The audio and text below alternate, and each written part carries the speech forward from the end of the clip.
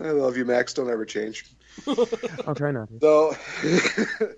So it comes as no surprise that my pick for best entrance is Bobby Roode, his theme of Glorious, but specifically the one in TakeOver Toronto. Mm-hmm. You imply that you're going to have a choir sing Glorious, basically, Glorious Domination a couple times, and then go right into the theme while Bobby Roode's coming out and the choir's still there and the crowd is still singing. I'm hooked. That, to me, and like Spencer is a violinist enthusiast, I enjoy music as an art form, whether it be musical instruments or singing. Just that choir thing, and then tie that in with Glorious. Just, oh my God, it made me just literally just turn into a puddle as soon as and I still listen to that specific one because I think that's all in all the best one. And if they ever do and have Bobby Roode at WrestleMania, that's the one they need to do on there. Because can you imagine just having this massive choir and then just about almost 80,000 people, 100,000 people singing the theme song of Glorious? You cannot tell me that would just be the coolest entrance ever. Yeah. So my God. Bobby Roode's entrance at NXT TakeOver Toronto is, my opinion, the best one. Yeah, I can understand that. Yeah.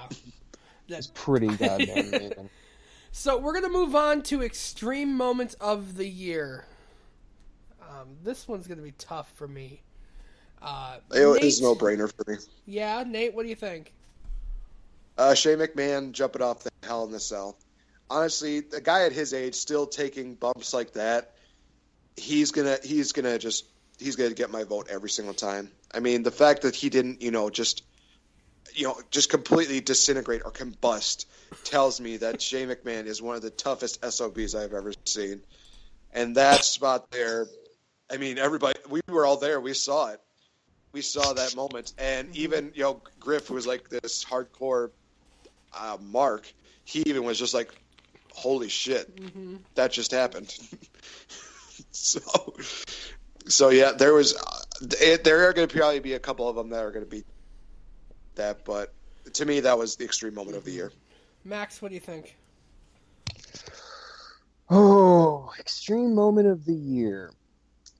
Well, my extreme moment is two things at once. Number one, it's technically cheating, and number two, it's a complete accident.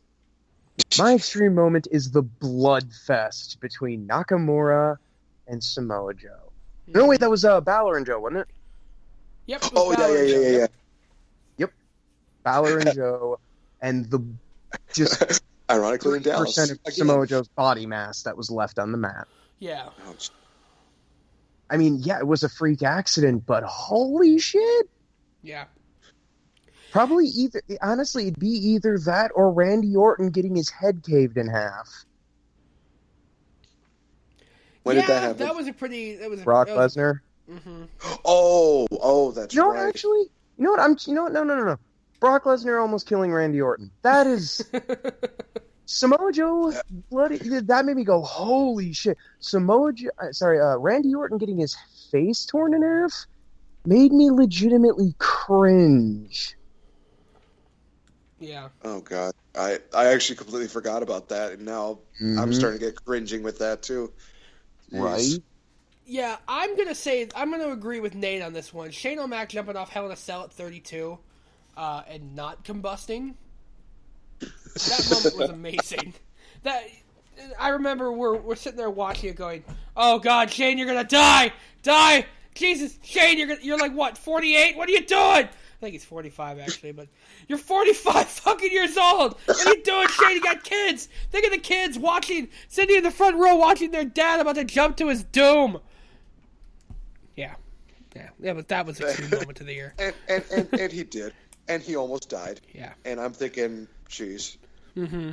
And his second, and that was only like his first of two like scary bumps. The second one, of course, being Survivor Series when he got speared by Roman Reigns. Mm-hmm. Jeez Louise. Yeah. So we're going to combine two categories into one here to save a little bit of time. Wrestler you'd like to see signed and a wrestler you'd like to see fired in 2017. You get to sign one and fire one. Who you got, boys? All right. Ooh. Max, you first. Well, my fiery is unfortunately a cliche. I really, really hate to be this person, and Mojo if Rawley? it's nope, Damn it. hate to be this guy. I really do. Roman Reigns. What? No, Wow. they're not gonna touch Roman Reigns. Well, if you won't let me do that, then I can go with the pick that would piss a lot of people off because Oh, he's God. really been annoying me. I like controversy. I want to hear it. Like I said, this is the one that'll piss people off, but his Raw personality is really grated on every nerve I have. Enzo Amore. Whoa. Wow. I'm sorry. Either put him in Cass back in NXT or on SmackDown, because I put a video up today, SmackDown versus Raw 2016, where I the title of the video questions who's doing better. It's SmackDown. One of the reasons SmackDown does better, it understands its audience. The Raw audience clearly doesn't give a shit about the cruiserweights, but they're still on Raw. Enzo's character requires very precise writing, otherwise he becomes an asshole. Raw doesn't have the right writing staff for it. Either put him back in NXT, shift him and Cass over to SmackDown, or gone. Fair point. I mean, Now, I would hate to lose Enzo, but at the same time, that really does make a lot of sense. Yeah. but I know how to make us all happy. Mm-hmm. My Who would you say? signee. My signee is someone I would draft to SmackDown because their women's division needs a big shot in the arm. I would sign Sexy Star. Whoa, Ooh. baby. Yeah, she's on her way out. I think a former Lucha Underground champion could spice things up. Guess who got caught up on Lucha Underground yesterday? Both of us. Oh my God. It's awesome. So yeah. It's funny.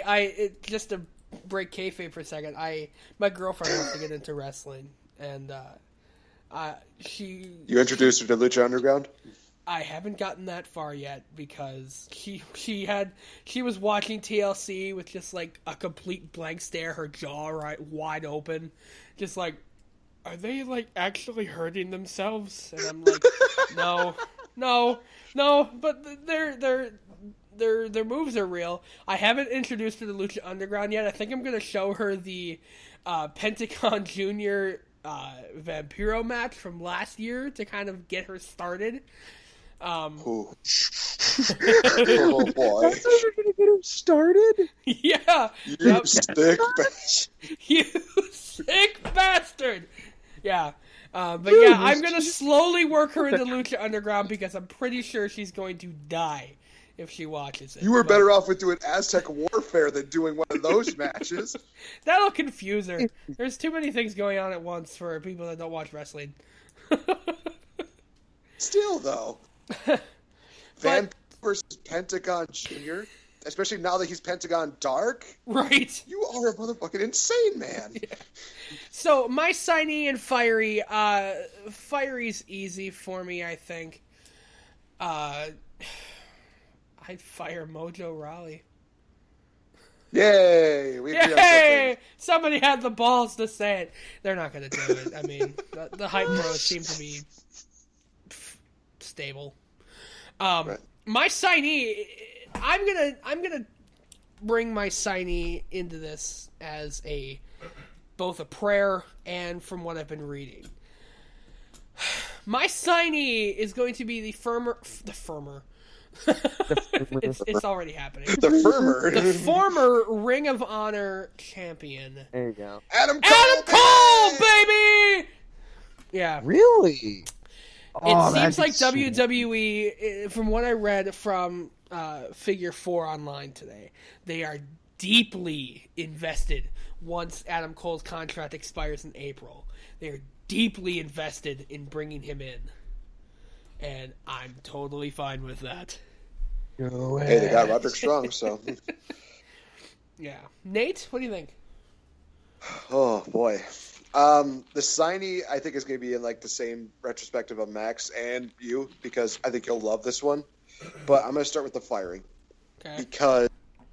Because right now she is not in a good spot right now. And no, it's not even Marie. As much as I would love to see her get booted out, Paige. I think that there's somehow just that small itty bitty chance that she's got some kind of legitimate heel heat, not some stupid heel heat where it's like, oh, you wrestle, so you suck, boo, boo, boo. No, I think there's something that's there that might be, untouched that needs to come out. But the person that I would actually have fired, boy, Paige. Yep. See, I knew you were going to say that. Paige is in a very tough spot right now. I'm very worried about Paige's future with WWE. She was doing fine, and then she started dating Darrell, and her career just went right down. The shitter's not even the correct term. It's gone 6 feet under right now. It's bad. So I would just say, just mercy kill her right now. Get her out of the company so that way she can go with her boyfriend. And if she, gets her head cleared out of her ass and maybe out of Del Rio's ass, or I'm sorry, Del Patron's ass, then maybe have her come back to WWE. But right now, it's like, just let her go. Just let her go to, WCPW, Ring of Honor, let her do something else. Right now, it's just not working. Right. It's not worth the burden. It's not worth the headache. But now the signee will actually probably shock you guys, because this is a guy who we've actually seen in person and gotten to know quite a bit. WPW's own TW3. Yes. I say throw him into, whether it be the Cruiserweight division, throw him into the main roster. I don't care. I want to see TW3 wrestle in WWE, in NXT. I don't care. TW3, shout out to you, man. We have that much faith in you. Definitely. He would be an amazing cruiserweight. He would be a perfect fit. And for those of you who've never seen him, we'll throw something up on our Facebook page. I don't even know how to describe it. The way he moves and the way he transitions and just all the moves he has, they're flawless. And he is amazing. He's got a bright future ahead of him. Nate, I completely agree with that. I mean, he had an awesome match with Logan Lynch this past week, which we saw, and we were all just at the point of just like, oh my God, we need to go change our pants now. Yep. Which was also the same event where I had a chest that was basically as red as somebody putting a skillet to it, but shut up. Yep. If the same thing happens to you, then I will be the one laughing, so shut up. That's fair. So, Actually, you wouldn't even survive 5, so. Yeah, so I wouldn't survive 3. No, I'd wuss out. Yeah, right, so the next one, we're going to combine 3 into 1, because we are running very over on time today. We're going to combine singles, tag, and women's, the best match. Best singles, best tag, and best women's match this year. Okay.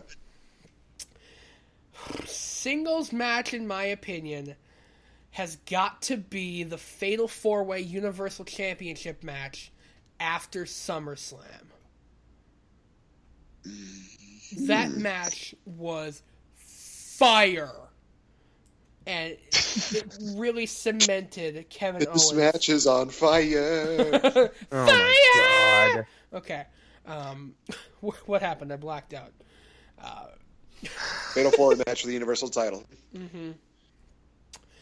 That match. Is that your pick for singles? Yeah, that's my singles match. Best tag match of the year. Honestly, I really enjoyed the 2 out of 3 Falls DIY revival match. I agree. That's my pick too. I definitely loved that match. Best women's match.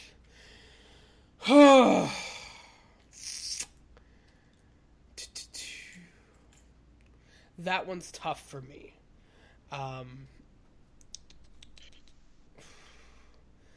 Because I want to say the women's Hell in a Cell match.